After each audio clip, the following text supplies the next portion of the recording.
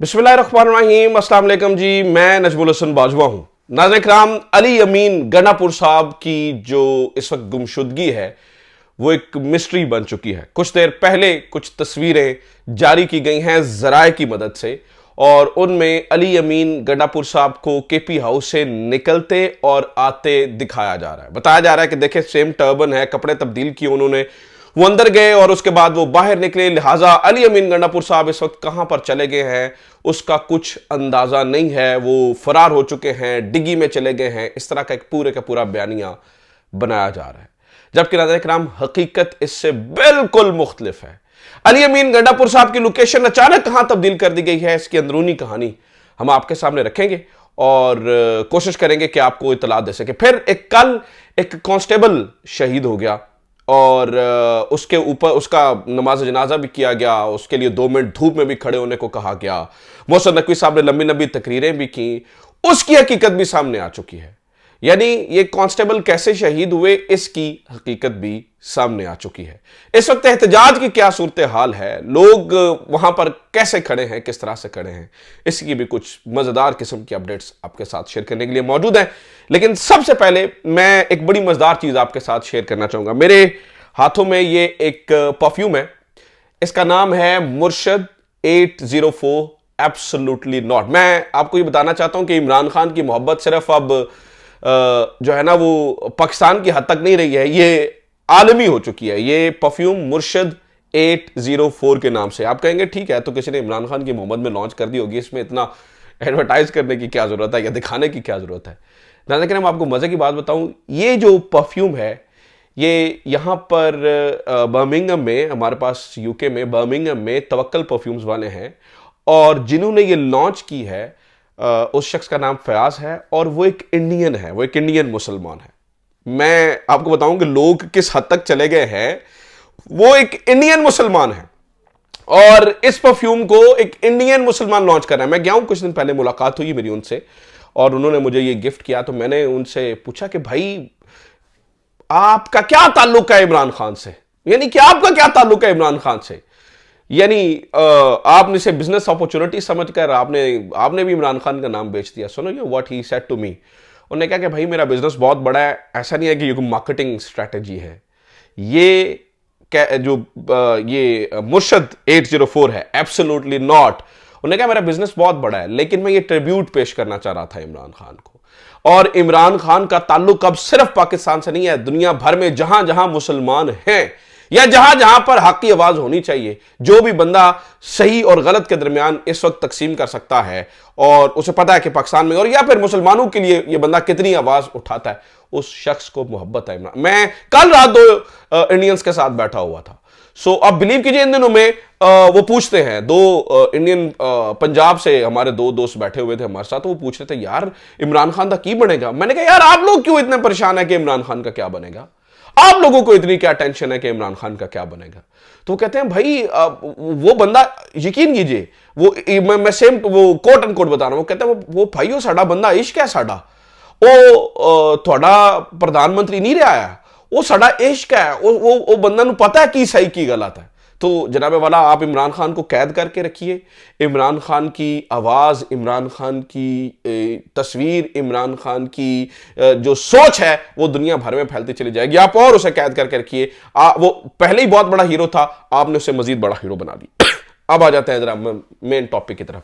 अली अभी गंडापुर साहब के जरा जाने से पहले कि वो जो तस्वीरें आई और गई हैं और वो क्या कहानी है, जरा ये सुन लीजिए। जो कांस्टेबल शहीद हुए अपनी ड्यूटी करते हुए, वो उनके साथ क्या वाक़या पेश आया। देखिए, जो वो भी काम घर से आदमी था, वो भी हमारी तरह से आम लोग थे यार, वो तो कोई फैसला साज नहीं थे ना। वो जो बंदा शहीद हो गया उसके जान जाने का दुख है, लेकिन क्या उसे तहरीक इंसाफ वालों ने मारा, क्या उसे पीटीआई वालों ने मारा, ये जरा कहानी जाननी पड़ चाहिए कि क्या उसे तहरीक इंसाफ वालों ने मारा है या क्या उसे पीटीआई वालों ने मारा है। तो ये इसका जवाब है नहीं, उसे तहरीक इंसाफ वालों ने या पीटीआई वालों ने नहीं मारा। ये जरा सुन लीजिए ये कैसे हुआ, क्यों कर हुआ और किस तरह से हुआ।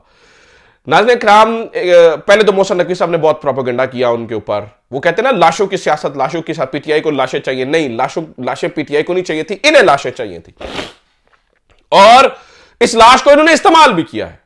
खड़े होकर कहा कि मेरे तमाम पुलिस वाले खड़े हो जाएं, और वो इस तरह से 2 मिनट के लिए हमारा भाई शहीद हुआ है, फसादियों ने मार दिया है। अब उसके बेटे की, उस कांस्टेबल के बेटे की एक वीडियो सामने आ चुकी है, और एक बंदा उससे अफसोस कर रहा है और साथ में वीडियो रिकॉर्ड कर रहा है और उनसे पूछ रहा है कि उनकी ये मौत कैसे हुई, वो कैसे शहादत हुई। तो कहते हैं रात 12 बजे मेरी उनसे बात हुई है। तो असल में वो रिटायर्ड होने वाले, तो पहली बात तो क्या, वो 1 महीने के बाद उन्हें रिटायर्ड हो जाना था, ऑलरेडी उनको सेहत के मसले मसाइल थे। लेकिन हुआ क्या, वो कहता है कि जनाब शेलिंग में फंस जाने की वजह से, यानी ये जो कारकुन शहीद हुए हैं, ये किसी किस्म से कहीं पे इन्हें कोई जख्म नहीं था, इन्हें कोई पत्थर नहीं लगा, इनको गुड्डंडा नहीं लगा, इनको मारा नहीं किया, ये बीपी के मरीज थे। ये शेलिंग में फंस जाने की वजह से, और इन्हें गवर्नमेंट ने कोई सहूलियात नहीं दी हुई थी, कोई मास्क इनके पास नहीं था, कोई ऑक्सीजन की करीबी सहूलियात नहीं थी।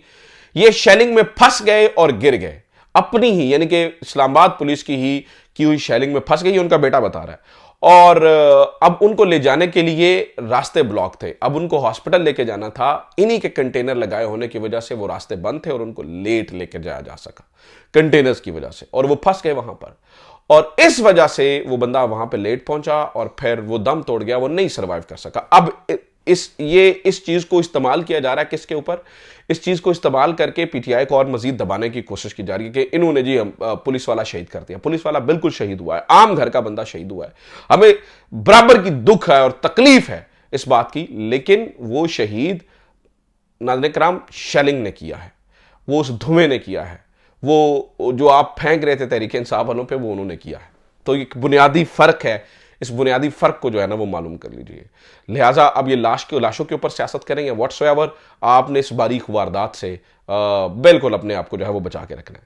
अब आ जाते हैं नाजरीन किराम दूसरी तरफ, जरा यहां पर क्या हो रहा है और ये क्या मामला है अली अमीन गंडापुर साहब वाला। आज सुबह सवेरे हमें ज़राए से कुछ तस्वीरें मौसूल हुई, किसी इदारे ने तस्वीरें जारी नहीं की हैं, ज़राए ने तस्वीरें जारी की हैं, जिसे उन्हें अली अमीन गंडापुर साहब को केपी हाउस में आते और जाते हुए दिखाया जा रहा है। सबसे पहली बात यह है, इस बात को जरा अपने जहन नशीन कर लीजिए। अब ये तासुर ये देने की कोशिश कर रहे हैं जी अली अमीन गंडापुर भाग गया, वो तो डिग्गी में भाग गया, वो तो हमारे पास था ही नहीं है, वो तो ये है, वो फुला है, वो ढिमका है। ये ज़रा ये कहानी ये नहीं है, मैं आपको सामने असल हकीकत रखता हूँ। पहली बात तो यह है कि अगर वो केपी हाउस से निकले हैं, तो जब से अली अमीन गंडापुर अंदर गया, वहां पर केपी हाउस के सामने आपको पता है कि हर वक्त मीडिया वाले मौजूद हैं। तो क्या जब अली अमीन गंडापुर साहब निकल रहे थे, जिसकी तस्वीरें ज़राए के पास मौजूद हैं, उस वक्त उन्होंने अपने सर के ऊपर सलमानी चादर ओढ़ रखी थी कि मीडिया में से किसी ने उन्हें देखा ही नहीं केपी के हाउस से निकलते हुए? और फिर वो जो तस्वीरें जारी की जा रही हैं वो दिन की हैं, नाज़रीन किराम, दिन की तस्वीरें जारी की गई हैं, वो कोई रात की नहीं है कि रात में वो छलावा बन के निकल गए। वो दिन की तस्वीरें हैं। तो दिन में अगर वो निकले हैं और वो गए हैं, तो फिर वो कैसे निकल गए और किस तरह से ये सब कुछ हो गया, ये मेरी कम से कम समझ में नहीं आता है। मतलब मैं तो इस चीज़ को समझने से कासिर हूँ कि ये कैसे हो गया कि अली अमीन गंडापुर साहब अपने ऊपर कोई जादुई चादर लेके गए थे। यानी मतलब नकल के लिए भी अकल की ज़रूरत होती है। बेवकूफ़ों की, मतलब ये मोहसिन नकवी साहब के नीचे जो टीम है ना, वो बेवकूफ़ों की टीम है। मोहसिन नकवी साहब को अंदाज़ा नहीं है कि वो क्या कर रहे हैं, और वो जिस तरह से ये चीज़ें कर रहे हैं वो बड़ी ही ख़तरनाक है। अच्छा, अब आ जाते हैं अली अमीन गंडापुर साहब कहाँ पर हैं, फिर एक्चुअली वहाँ पर नहीं है, तो फिर उनकी नई लोकेशन क्या है, तो वो ज़रा सुन लीजिए। पता चला है कि इस वक्त वो मारगला मेस के अंदर है। मारगला में खुफिया एजेंसियों की एक मेस है, इस वक्त अली अमीन गंडापुर साहब को वहाँ पर मूव कर दिया गया है।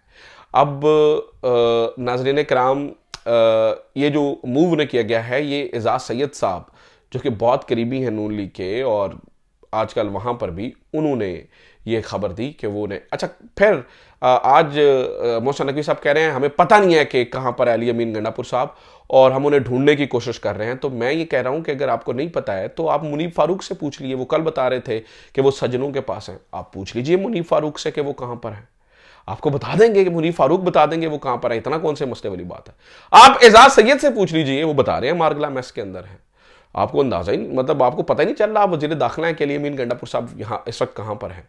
तो कहने का मतलब है नाज़रीन किराम, इस बात को समझिए और इस बात का ख्याल रखिए कि ये सारी की सारी बारीक वारदातें डाली जा रही हैं, बारीक वारदातें इस वक्त डाले जाने की जो है वो कोशिश हो रही है।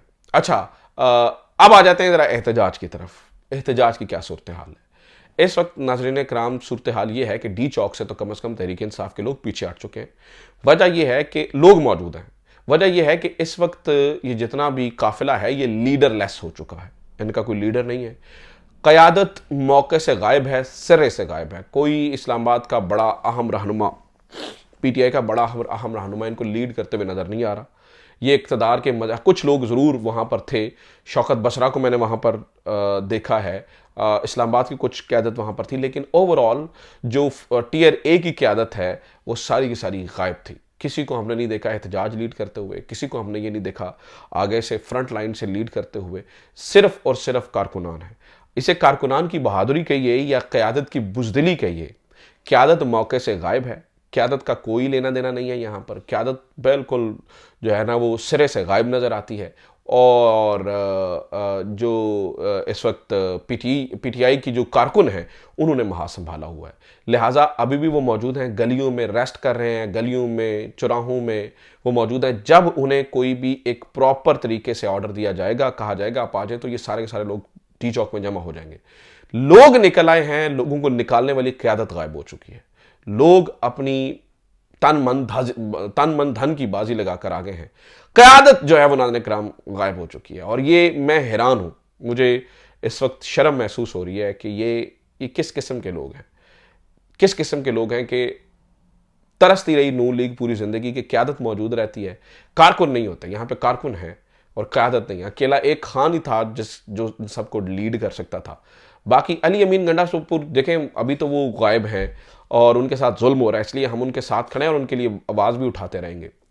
लेकिन ये सवाल अली अमीन गंडापुर साहब से पूछा जाना चाहिए कि आप थोड़े से बंदों के साथ कैसे केपी हाउस में चले गए और क्यों चले गए। ये सवाल इनफैक्ट जब वो आएंगे तो उनसे पूछा जाना चाहिए कि आप क्यों गए और आपने क्यों एक मौका फ्राहम किया। इतना अच्छा आप ज़बरदस्त लीड करके आ रहे थे तो आपने मौका क्यों फ्राहम किया, ये पूछा जाना चाहिए। और इस वक्त तो गवर्नमेंट बावली हो चुकी है। इन्होंने पीटीएम के ऊपर भी, पश्तून तहफ़्फ़ुज़ मूवमेंट के ऊपर भी पाबंदी लगा दी है। मैं आपको ये बता दूं कि पीटीएम के 2 वोट शामिल थे इमरान खान को निकलवाने के लिए। आज मोहसिन दावड़ साहब को, इन सबको पूछना चाहिए ना, जिन्होंने विक्ट्री के निशान बना बना के 174 बोले थे और इमरान खान को निकाला था। आज उसी शहबाज शरीफ ने इनका मकू ठप दिया है और इतनी बड़ी बेवकूफ़ी कर दिया है कि पूरी पीटीएम को ही बैन कर दिया है, यानी कि पॉलिटिकल एक्टिविटीज़ को बैन कर दिया है। इससे बड़ी और क्या हो सकती है चीज़ें। तो ये नाज़रीन के नाम अब तक की खबरें। उम्मीद करता हूँ ये वीडियो आपके लिए इन्फॉर्मेटिव रही होगी। अपना ख्याल रखिए। खुदा हाफ़िज़। पाकिस्तान